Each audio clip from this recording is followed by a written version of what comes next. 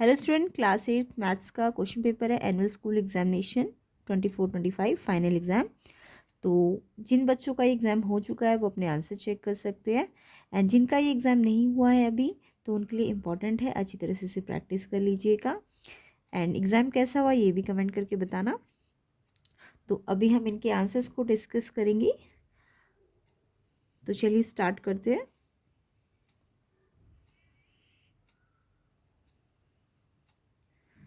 तो ये आपका हिंदी मीडियम का है एंड हम हिंदी इंग्लिश मिक्स वाला करा देते हैं। तो ये देखिए सेक्शन ए के कुछ क्वेश्चंस को डिस्कस करते हैं। 2z-3 अगर z+2 है तो आपको फाइंड करना है z-4। तो यहाँ पे आपको z की फॉर्म में इक्वेशन गिवन है एंड आपको z-4 निकालना है। तो सिंपल सा ही क्वेश्चन था, पहले आप इक्वेशन से z को सॉल्व करोगे और फिर बाद में z की वैल्यू रख के z-4 निकालोगे। तो देखो कैसे करना था इस क्वेश्चन का आंसर। तो यहाँ पे आपका 2z तो यही रहेगा, ये z यहाँ इस साइड है तो इधर आएगा तो -z हो जाएगा। z को z के पास लाएंगे एंड नंबर को नंबर के पास लेके जाते हैं, ये तो सबको पता होगा। इक्वेशंस प्लेलिस्ट सेक्शन मेरा चेक कर लेना, जिनके एग्जाम नहीं हुए उनके लिए बहुत इंपॉर्टेंट है, लिंक मैं डिस्क्रिप्शन में डाल दूंगी। तो यहाँ पे नंबर को जब मैं इस साइड भेजूंगी तो ये नंबर तो अपनी जगह पे ये प्लस रहेगा, बट ये माइनस का है तो इधर जाके प्लस हो जाएगा।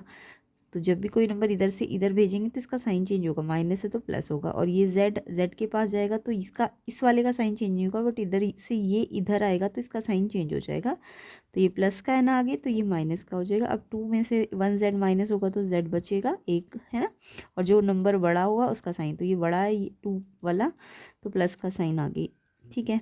एंड ये दोनों प्लस प्लस प्लस कर दो। इसके बाद z आ गया ना। अब z की वैल्यू यहाँ पे z-4 निकालना था आपको, तो z कितना है 5 - 4 तो 1 आएगा इसका आंसर। तो ए ऑप्शन इसका करेक्ट था। तो किस किस बच्चे ने ए ऑप्शन पे टिक किया था कमेंट करके बता देना। तो इसका आंसर ए ऑप्शन है, 1 आंसर है इसका। तो आई होप सबने 1 आंसर लिखा होगा। तो ऐसे ही कंप्लीट सोल्यूशन आपको इसके नेक्स्ट पार्ट में मिल जाएगा। तो अभी हम कुछ क्वेश्चंस को डिस्कस कर लेते हैं। जैसे कि ये आपका था, है ना, ज्योमेट्री में से था। तो यहाँ पे आपको दिख रहा है कि देखो ये एक पूरा सर्कल बन रहा है ना, और इस पूरे सर्कल जब भी जैसे एक लाइन बनती है तो उसमें जितने भी एंगल होते हैं उनका सम 180 होता है। पर जब एक पूरा सर्कल बन रहा हो तो उसका जो सम होता है ना वो 360 होता है ना। ये सबको पता होना चाहिए। तो अगर मैं सिर्फ एक लाइन, अगर लाइन के अंदर अगर मान लो 2 एंगल होते तो हम उसे लीनियर पेयर कहते हैं ना, ये तो सबको पता होगा। तो लाइन के अंदर अगर 2 एंगल है, बट अगर एक लाइन के अंदर 2 या 3 एंगल होंगे तो वो एंगल सम 180 होता है। तो ये भी 180 होता है इनका सम, और तीनों का भी सम 180 होता है।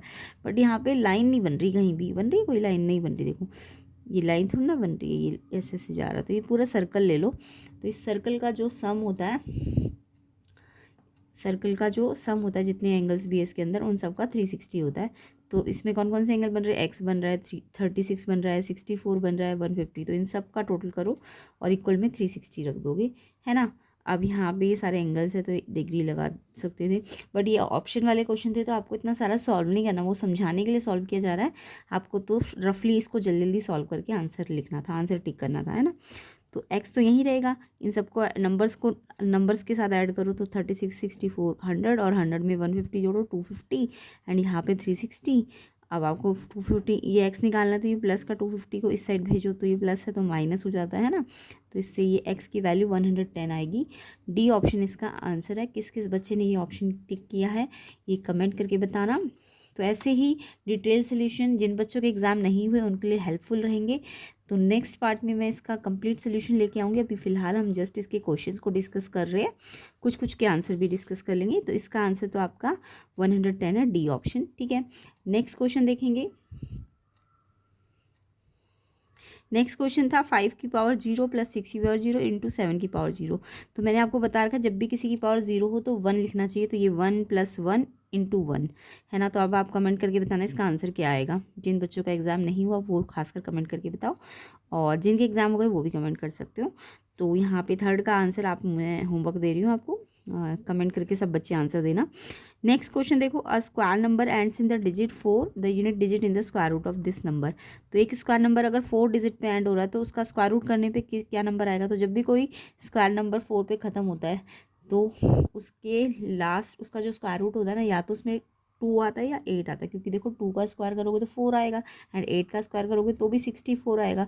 तो लास्ट में 4 ही तो है दोनों के, तो 4 अगर स्क्वायर नंबर है तो उसके स्क्वायर रूट में क्या क्या हो सकता है, 2 और 8 हो सकता है।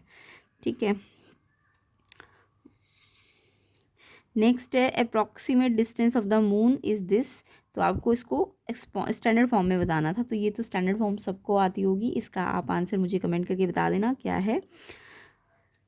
बाकी नेक्स्ट पार्ट में हम इसका कंप्लीट सोल्यूशन करेंगे, तो जिसके लिए आपको वीडियो को ज़्यादा से ज़्यादा शेयर करना है एंड लाइक करना है, और चैनल पे नए हो तो सब्सक्राइब भी करना है। और जिनके एग्ज़ाम नहीं हुए उनके लिए बहुत इंपॉर्टेंट है, प्लेलिस्ट सेक्शन को भी ज़रूर चेक करना, साथ ही साथ उसके अंदर भी बहुत सारे PYQs है। अगर 3 to 4 PYQs अगर आप कर लोगे प्लेलिस्ट में से तो आपके कितना भी हार्ड पेपर हो आप अटैम्प्ट अच्छी तरीके से कर लोगे उसको, तो ज़रूर कर लेना। लिंक मैंने डिस्क्रिप्शन में डाला और उसकी कंप्लीट सोल्यूशन का लिंक भी आपको डिस्क्रिप्शन में मिल जाएगा। 6 क्वेश्चन था, सीमा ने वेव किया 20 बास्केट को 35 डेज़ में, तो 100 बास्केट वो कितने डे में वेव करेगी, तो ये आपका डायरेक्ट प्रोपोर्शन है। इसका आंसर भी आप कमेंट कीजिए। नंबर ऑफ़ क्यूब दिया, एक साइड 6 है उनकी और फिट करना है क्यूबॉइड ऑफ वॉल्यूम में, वॉल्यूम क्यूबॉइड का इतना है तो नंबर ऑफ़ क्यूब निकालना है। तो ये भी मैं आपको नेक्स्ट पार्ट में कवर करा दूँगी सारे क्वेश्चंस को।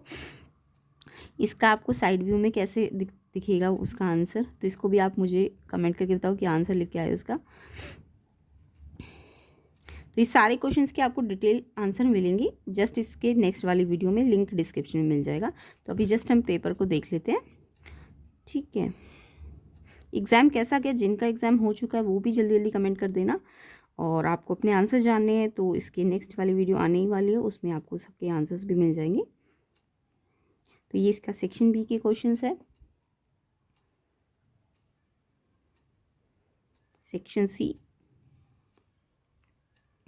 सेक्शन डी, और जितना कराया हुआ था पहले भी मैंने आपको बोला था प्लेलिस्ट को पूरी अच्छी तरीके से करके जाना, मोस्टली क्वेश्चन उसमें से ही आए हुए हैं। तो आई होप सबके एग्ज़ाम अच्छे गए होंगे, एंड जिनके एग्ज़ाम अभी होने वाले हो प्लेलिस्ट को ज़रूर चेक कर लेना। और इन क्वेश्चन पेपर जो मैं सॉल्व कर रही हूँ, कल वाला भी और आज वाला भी, 13-14 फरवरी दोनों, उसको आपको अच्छी तरीके से कर लेना है। ये सेक्शन डी के क्वेश्चन है, तो डिटेल सोल्यूशन और कंसेप्ट सिखाए जाएंगे दोनों ही क्वेश्चन पेपर्स में। तो जिनके एग्ज़ाम नहीं हो उनके लिए बहुत हेल्पफुल रहेंगी, और जिनके एग्ज़ाम हो चुके हैं तो अपने आंसर चेक कर लीजिएगा और कमेंट करके बताइएगा मुझे कि कितना कैसा गया एग्ज़ाम, पूरे पेपर को अटेम्प्ट किया, डिफ़िकल्ट था, इजी था, ये सब आप कमेंट करके बताना। और वीडियो को ज़्यादा से ज़्यादा अपने फ्रेंड्स को शेयर करो, लाइक करो, एंड चैनल पे नहीं हो तो सब्सक्राइब भी कर लेना। ये इसके सेक्शन ई के क्वेश्चन है, केस स्टडी क्वेश्चंस। तो बताना केस स्टडी क्वेश्चंस इजी थे कि हार्ड थे।